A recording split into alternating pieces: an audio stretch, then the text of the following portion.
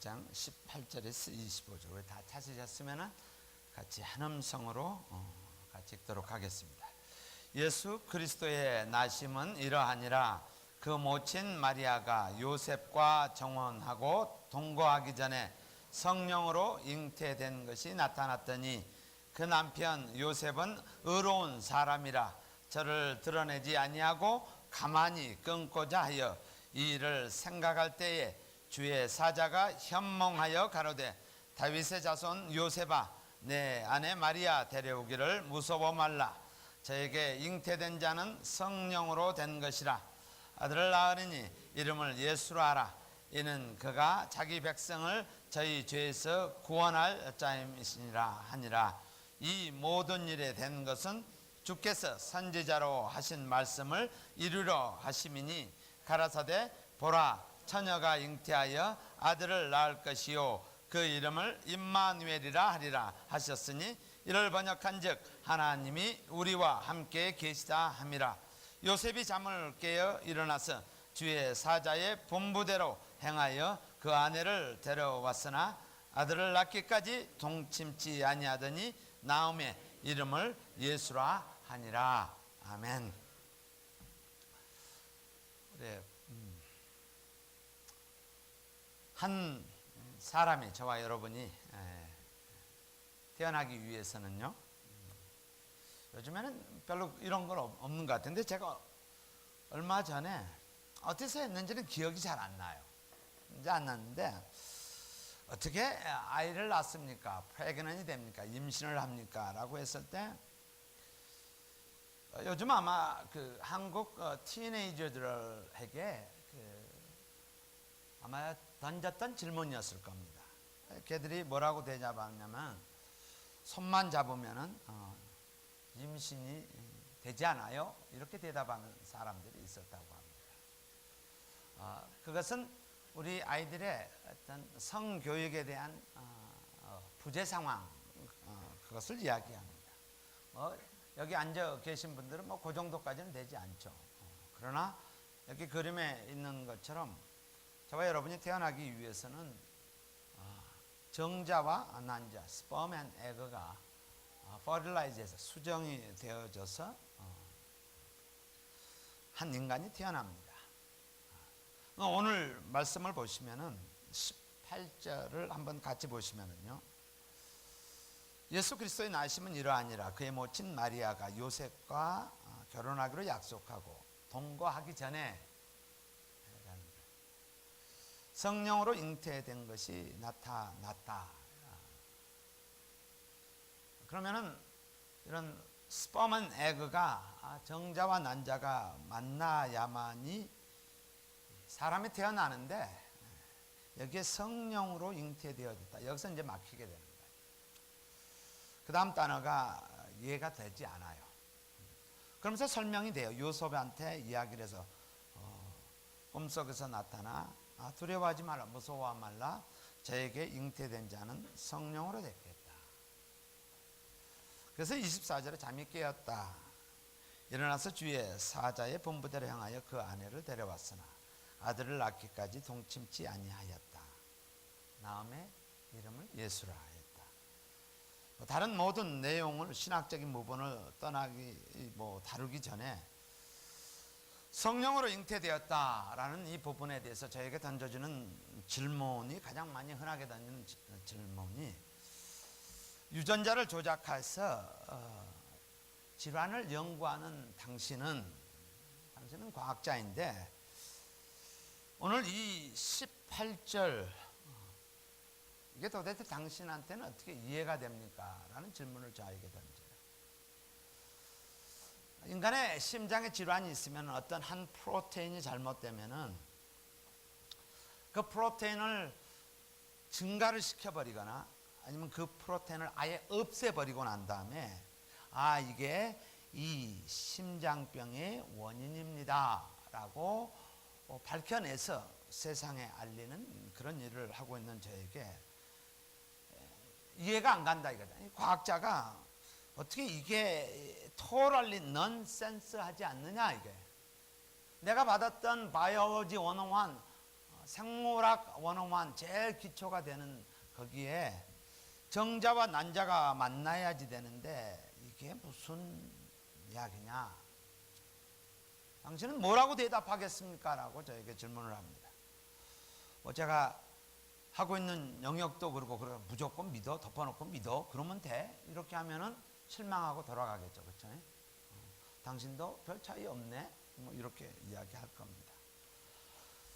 동정녀의 탄생, 이것이 정자 없이, 남자의 정자 없이 태어나는 예수가 추루냐, 사실이냐, 아니면 이것이 신화인가, 이것이 스토리텔링으로 이런 신화로서의 존재인가, 아니면 이것이 과연 가능한 것인가, 이렇게 이야기할 수가 있어요. 저는 이 시간을 통해서 클리어하게 여러분 그냥 믿지 마세요. 여러분의 이성을, 여러분의 생각을 가지고 더 깊이 이 말씀에 더 들어갔으면 합니다. 사실은 저 스스로도 1장 18절의 말씀은 저 스스로도 스트러글 했던 그런 말씀입니다. 그 원 바이블 버스가 나를 힘들게 했던, 내가 과연 그러면 이것을 그냥 눈 감고 넘어가면서 주의 복음을 선포를 해야 되느냐, 말씀을 전해야 되느냐, 내 스스로도 스트러글 했던 말씀입니다. 유대민족 이스라엘 백성들은요, 신화를 사용하지 않습니다. Never ever 그들은 신화를 사용하지 않습니다. 그리고 그들은 신화를 거부합니다. 그런 민족이에요. 우리는 곰이 이렇게 돼가지고 환웅 이런 거 이야기 주로 많이 들었잖아요. 그렇죠? 이것을 신화라고 합니다. 그들은, 이스라엘 백성들은 이 신화를 거부하고 역사적인 사실을 가지고 이야기합니다. 그리고 역사적인 사실로 접근합니다. 오늘 마태복음 1장을 한번 보십시다. 마태복음 1장에 보면은 족보가 나옵니다. 유대인들에게 만약에 히스토리가 없었다면, 이 족보가 없었다면 나머지 2장 이거는 절대 대화가 되지 않습니다. 그래서 족보로부터 적나라하게 기술됩니다. 여기 보면은 우리 같으면은 안 좋은 스토리 있으면 내 인생 가운데 지어서 없애버리고 그냥 좋은 이야기만 하겠죠. 그러나 족보를 통해서 유다가 며느리와 어떤 관계를 갖고, 그리고 그로 말미암아 자식이 태어나는 역사적인 사실을 적나라하게 드러냅니다. 또 라합에게서, 기생에게서 태어난 자식이 누구인지를 적나라하게 이야기합니다. 그리고 다윗을 통해서 그가 음란하게 살았던 그 모습, 우리아의 아내에게서 솔로몬이 태어났다는 것을 적나라하게 기술합니다. 이것이 이스라엘 백성들이, 하나님의 백성들이 있는 그대로 드러냅니다. 두 번째 봅시다. 누가복음을 봅시다. 누가복음 1장을 보십시다. 시작부터 쓰여지는 단어가, 우리 이런 단어를 놓쳐버리면 성경을 라이트하게 생각을 해요. 1장 1절에서 2절에 보면은 시작이, 누가는 역사학자입니다. 히스토리언이고, 그리고 그는 의사입니다. 그가 뭐라고 했냐면 우리 중에 이루어진 사실에 대하여, 이렇게 나옵니다. Been fulfilled, 성취되어진 것, 사실, 거기서부터 시작이 됩니다. 그리고 나서 처음부터 말씀의 목격자 되고 아이위트니스가 되어진 거예요. 이것이 허구적으로 한 것이 아니라 클리어하게 그는 시작부터 아이위트니스라는 단어를 사용합니다. 일꾼 된 자들의 전하여 준 그대로 내력을 조술하려고 붓을 든 사람이 많은지라. 그래, 전하여 줬어요. 그 모든 일들을 근원부터 자세히 미루어 살핀 나도 데오빌로 각하에게 차례대로 써보내는 것이 좋은 줄 알았노라. 이 모든 일을 처음부터 자세히 미루어 살핀 나도, 영어로 보면 carefully investigated, 그 사실이 진짜인지 아닌지 내가 인베스티게이트를 한 다음에 기록하였다라고 시작이 됩니다.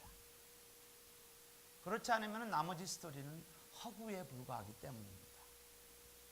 그것은 성경의 내용입니다. 그러면은 하나님을 믿지 않은 자, 예수님을 믿지 않은 요세푸스의 그 당시 역사서에서 기록되어진 그 내용이 뭐냐 이게. 그것을 번역한 것을 보면은 클리어하게 이 내용에 대해서는 모슬렘도 그 다음에 유대인들도 everyone agree 이 사실이 존재하고 있다는 사실을 믿습니다. 중간에 보면 He was the Christ, 메사야였다는 구원자였다는 것이. 그리고 맨 마지막에 for He was appears to them alive again the third day 제3일 만에 부활했다라는 사실을 기록하고 있다라는 사실이에요. 그래서 이것은 제가 성경적인 것을 덮어놓고 믿어라가 아니라 성경을 열어놓고 그들이 기술해왔던 내용뿐만 아니라 indirectly 역사학자가 어떻게 기록해왔던 사실을 가지고 우리는 접근을 해야 된다는 거예요. 우리가 보편적으로 그래요. 그냥 우리가 이해가 안 되는 뭐 덮어놓고 믿어라. 그러나 하나님께서는 우리를 이해할 수 있도록 말씀하십니다. 자, 그러면 두 가지 에스펙트에서 두 가지 관점에 있어서 오늘 말씀을 같이 보도록 하겠습니다.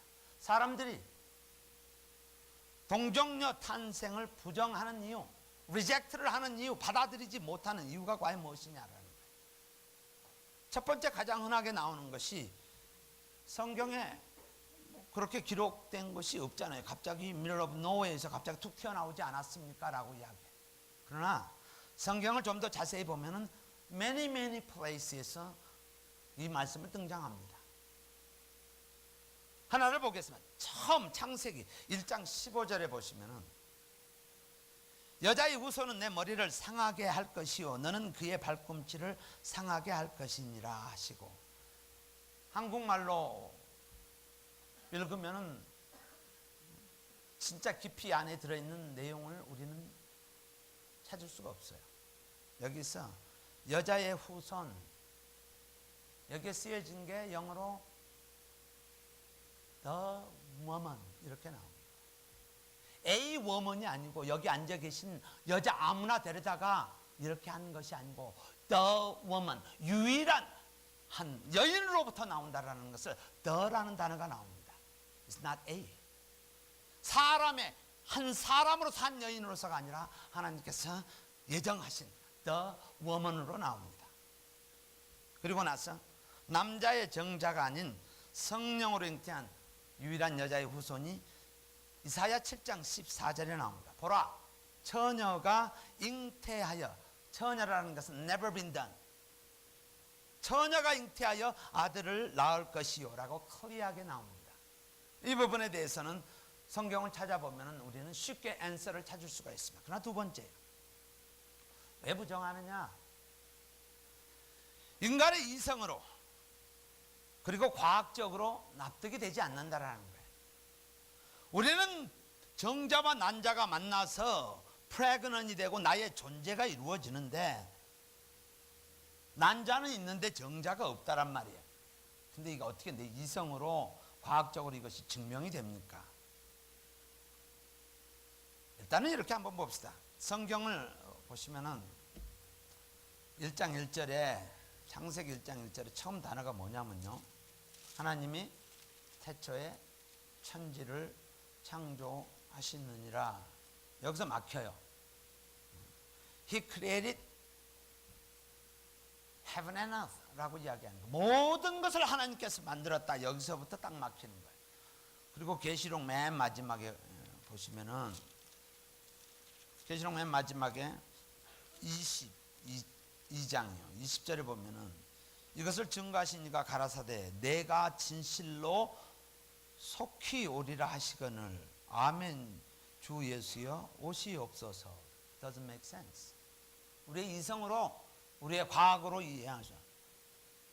마라나타 어서 오시옵소서라고 죽은 사람이 어떻게 와? 라는 이성으로 이해할 수 없는 부분. 그래서 처음과 끝 이 안에 있는 거 다 빼면은 우리가 이성적으로 믿을 수 있는 것은 앞 껍데기였고 끝 껍데기 외에는 인사이드의 컨텐트 내용에 대해서는 우리는 이해할 수 없다라는 거예요. 앞 껍데기는 가죽으로 돼 있고 NIV 뒷껍데기도 가죽으로 되었다는 사실 외에는 인사이드 컨텐츠에 대해서는 우리는 전혀 우리의 과학적으로 이성적으로 이해할 수 없다는 사실이에요. 그러면 이렇게 한번 접근을 해봅시다. 정자 없이 태어나는 것이 불가능합니까? 가능합니다. 최초로 정자 없이 태어난 애니멀이 달리라는 애니멀이 1996년도 태어납니다. 전혀 정자가 필요 없이 태어납니다. 이것을 좀 과학적으로 좀 들어가 보겠습니다. 한번 다음 슬라이드 넘겨주십시오. 여기 보면은 체세포입니다. 이 살에서 요거를 살아있는 것을 뜯어내요. 그러면 여기에 세포를 하나 분리해낼 수 있어요. 세포를 분리해내서 여기는 암놈의소예요. 에그를 끄집어내요. 그래서 이 세포에서 수많은 핵들이 나와요. 싱글셀에서 핵들이 쭉 나와요. 그러면 이 핵만 뽑아내요. 핵을 뽑아내서 대치를 시켜버리는 거예요. 대치를 시키면은 요거하고 똑같이 닮은 것이 나와요. 왜냐하면은 거기에 대한 DNA를 그대로 뉴클레이스에서 가지고 있었기 때문에. 근데 이 양에서만 태어나느냐? 다음 슬라이드 보여주십시오. 황우석 박사가 했던 개입니다. 정자 없이 제 체세포에다가 제 안에 에그 집어넣으면 나랑 비슷하게 나와요. 어렵지 않아요. 이게 나오는 거예요. 염소 나오고요. 그 다음에 소 나오고요. 돼지 나와요. 정자 없이 나와요.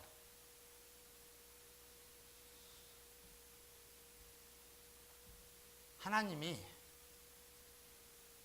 이거 하나 못하겠어요? 인간도 스펌 없이 하는데 하나님이 성령으로 하나 잉태 못하겠어요. 그러나 중요한 키는 뭐냐 이게. 이미지 오브 갓, 하나님의 형상을 담기 위해서는 성령으로 하나님이 되신, 그래야지 예수님이 되잖아요. 그렇지 않으면 인간이 될 거 아니에요. 제가 이런 이야기를 이렇게 돌려보겠습니다. 다음 한번 보십시오. 여기 애벌레가 있습니다. 제가 이 탱자나무죠. 탱자나무에 있는 애벌레를 제가 잡아가지고 차를 타고 가서 저 산 위에 다른 탱자나무에다 던져놨어요. 올려놨어요. 이 애벌레가 그러는 거예요. Doesn't make sense. 너 거기까지 어떻게 갔어? 어떻게 가요? 1차원에 있는 애벌레하고 저는 3차원에 있는 내가 들어서 갖다 놓으면 되는 거예요. 그러나 애벌레는 이해를 못하는 거예요. 불가능한 거 있어요? Impossible. How can you do that? 하나님은 가능하다라는 거예요. 왜 그걸 못하느냐라는 거예요. 신앙은 과학을 무시하거나 과학을 반대하지 않습니다. 신앙은 과학을 초월할 뿐입니다. 우리의 생각으로 우리의 수준의 하나님이라면 김일성과 김정일하고 동일합니다. 그 수준밖에 되지 않는다는 거예요. 내 하나님이 어떤 하나님이라는 거, 내가 상상조차도 할 수 없는 그 일을 하시는 하나님이라는 거예요. 근데 나의 수준에 끄집어 내려가지고 이해하려고 하니 그 수준밖에 되지 않는 거 아니에요. 하물며 인간도 동일한 것을 만들어내시는 하나님인데 요 체세포 하나 끄집어내가지고 똑같은 형상 만드는데 전능하신 하나님께서 핵 하나 못해서 하실 것 같습니까? No. 자, 그렇다면 두 번째 질문을 하겠습니다.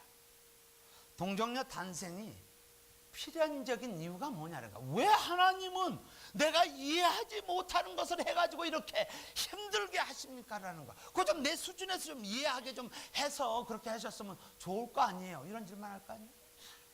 왜 이렇게 오셔야 합니까? 왜 이렇게 예수를 오게 하셔야 합니까? 라는 질문을 해야 되잖아요. 다른 방법으로 좀 하면 안 돼요. 동정녀 이것만 은혜 아니면 이해가 안 가는데, 내 인간적인 수준으로서는 이해가 안 가는데 꼭 이것을 하나님께서 하셔야 합니까? 라는 이런 부분이에요. 왜 그렇게 하셔야 합니까? 첫 번째는 나를 구속하기 위해서입니다. 구속이란 단어는 redeem 또는 뭐요? 자녀 삼기 위해서 그러셨습니다. 저 김씨예요. 제 라스트 네임이 김씨예요. 저는 여기 계신 분들은 권씨도 계시고 이씨도 계시죠. 저 그렇게 되고 싶어요. 근데 저는 김씨예요. 내 의사하고 전혀 상관없이 저 김씨예요. 바꾸고 싶어도 저 김씨예요. 어쩔 수 없어요. 우리 모두는요, 내가 선택이 아니라 아담의 후손이에요. 내 조상 아담이 내 아버지가 한참 올라갔는데 엉뚱한 짓거리 했어요. 그 후손이에요. 내가 어쩔 수가 없어요. 죄로 말미암아 떨어졌던 자요.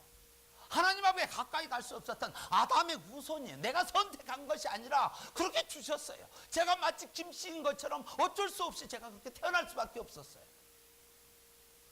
창세기 3장 3절에 중요한 말씀이 나옵니다. 동산 중앙에 있는 나무의 실과는 하나님의 말씀에 너희는 먹지도 말고 만지지도 말라. 너희가 죽을까 하노라. 너 먹으면 그거 죽어 라고 했어요. 저나 여러분이나 3차원에 있으면은 죽었어? 그러면은 뭘 먼저 생각하세요? 피지컬 데스를 이야기해요. 육신적으로 죽은 것을 이야기해요. 근데 여기서 이건 먹고 죽었어요? 둘 다 안 죽었어요. 영적인 죽음을 이야기합니다. 영적인 죽음이라는 것은 하나님과 관계가 깨졌다, 브로크 됐다라는 거예요. 여러분 엄마 아빠가 싫으면 여기 자녀들 있죠. 엄마 나 보기 싫어. 그리고 가버리는 것. 그것을 영적인 릴레이션십이 브로크 됐다 이렇게 이야기합니다. 너 죽어 그러면 진짜 죽여요? 그렇지 않죠. 이것은 영적인 관계가 깨져 있는 상태입니다. 그래서 로마서 3장 23절에 모든 사람이 죄를 범하였음에 하나님의 영광에 이르지 못하더니, 영광이라는 건 His standard, 하나님의 표준에 이르지 못하다 이렇게 생각하시면 돼요. 하나님의 자녀로 살아가야지 되는데 His standard에 우리가 살아가지 못하는 내 모습이 왜? 죄로 말미암아 하나님과 관계를 끊어버렸기 때문에 내가 그렇게 살아가야 하는데 내 마음에 늘 그러죠. 나 이렇게 살면 안 되는데 내가 왜 그러지라고 하는 하나님의 스탠다드에 이르지 못한다라는 거예요. 그것이 죄입니다. 죄라는 것은 내가 주인 돼서 살아가는 거예요. 하나님이 나를 창조하시고 만드신 네가 주인 되어야 하는데 내가 오너십을 가지고 살아가는 것, 이것이 죄라는 거예요. 하나님께서는 나를 찾으세요. 아담이 먼저 하나님을 찾은 거 아니에요. 죄를 범하고 숨어요. 우리도 숨기를 원하잖아요. 아담의 DNA를 받아서 그래요. 뭐 잘못하면 자꾸 들어가려고 그래요. 그때 하나님께서 찾아옵니다. 아담아 어디 있느냐. 내가 먼저 찾은 게 아니에요.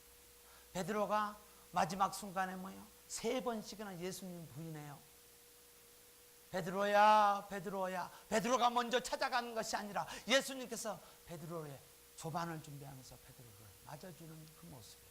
하나님께서 우리를 사랑하고 싶어 하는 거예요. 야 어디냐, 나 너 보고 싶어.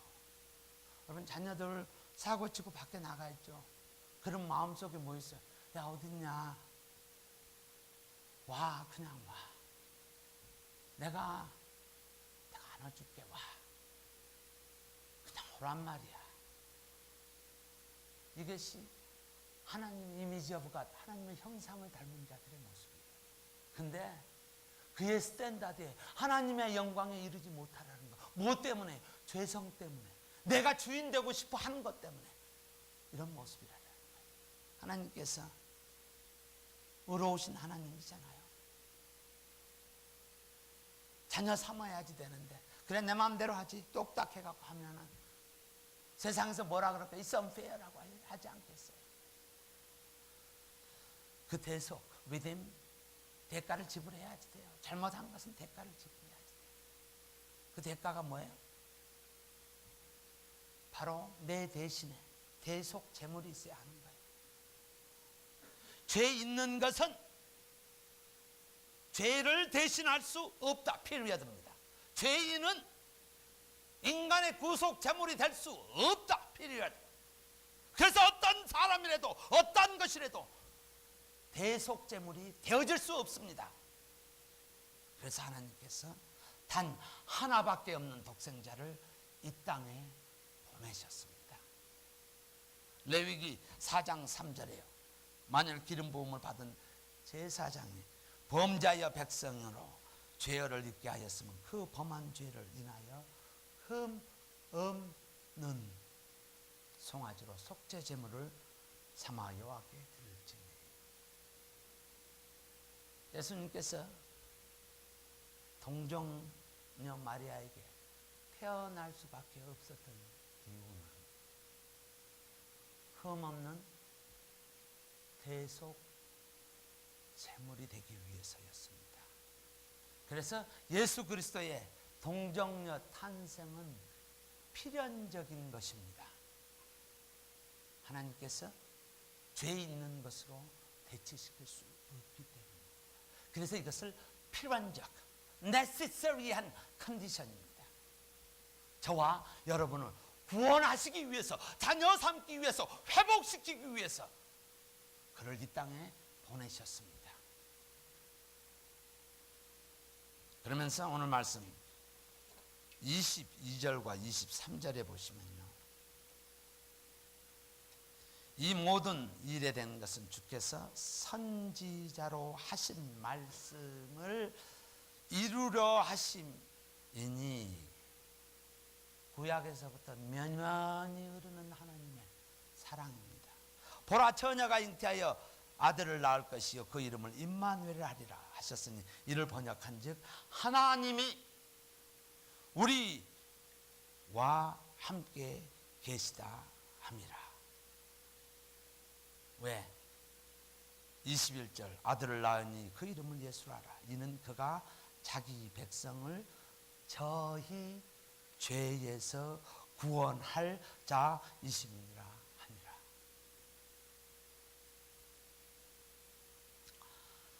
참된 신앙이라는 것은요, 사실을 사실대로 믿는 것을 참된 신앙이라고 합니다. 불신이라는 것은 사실인 분명한데 그 사실을 거절하고 안 믿는 것, 그것을 불신이라고 합니다. 미신이란 사실이 아닌 것을 사실처럼 착각하고 믿는 것, 이것을 미신이라고 합니다. 지금도 우리 형제 동포들이 북에서는 김일성을 신으로 여기어서 썩지 않도록 1년에 엄청난 돈을 들어가면서 보존합니다. 이것을 미신이라고 합니다. 전능자 하나님을 믿는다면요, 창조주의 하나님을, 자연을 보고 모든 현상을 보고 믿는다면 동정녀 탄생은 신앙의 거침돌이 아니라 신앙의 축복입니다. 거침돌이 될 수가 없습니다. 그리고 진정한 성탄의 미닝, 의미는 십자가를 통해서 보아야 합니다. 동정녀에 그치는 것이 아니라 이것을 더 through해서 무엇을 봐야 하냐면 십자가를 보셔야 합니다. 태어남보다 그의 죽음에 있습니다. 그의 십자가의 죽음에 있습니다. 바로 내 죄를 대속하기 위해서 그가의 십자가에 돌아가심에 있습니다. 히브리서 9장 22절 말씀에 율법을 쫓아 그의 모든 물건이 피로써 정결케 되나니 피 흘림이 없은즉 사함이 없느니라. 바로 십자가의 고난, 골고다의 언덕, 그것을 떠나서는 베들레헴은 존재하지 않습니다. 의미가 없습니다. 예수님 동정녀 탄생은 바로 필연적이며, 그리고 뭐요? 죽기 위해서 오셨습니다. 나를 자녀 삼기 위해서, 하나님의 자녀 삼기 위해서 오셨습니다. 아직도 동정녀에 대해서 의심이 가십니까? 그것은 하나님의 차원이기 때문에 오직 은혜 외에는 인간의 차원에서 하나님의 차원으로 가는데 제 지식이 부족합니다. 오직 하나님의 은혜로만 가능하기 때문입니다. 오늘 이 시간이 혹시 예수 그리스도가 나의 삶의 주와 구세주가 아니신 분도 오늘 말씀을 통해서 귀한 하나님의 은혜의 품 안에 들어가시기를 소원합니다. 그가 이 땅에 오신 이유는요, 동정녀에 태어나실 수밖에 없었던 이유는 바로 대속의 제물의 필연성 때문이었습니다.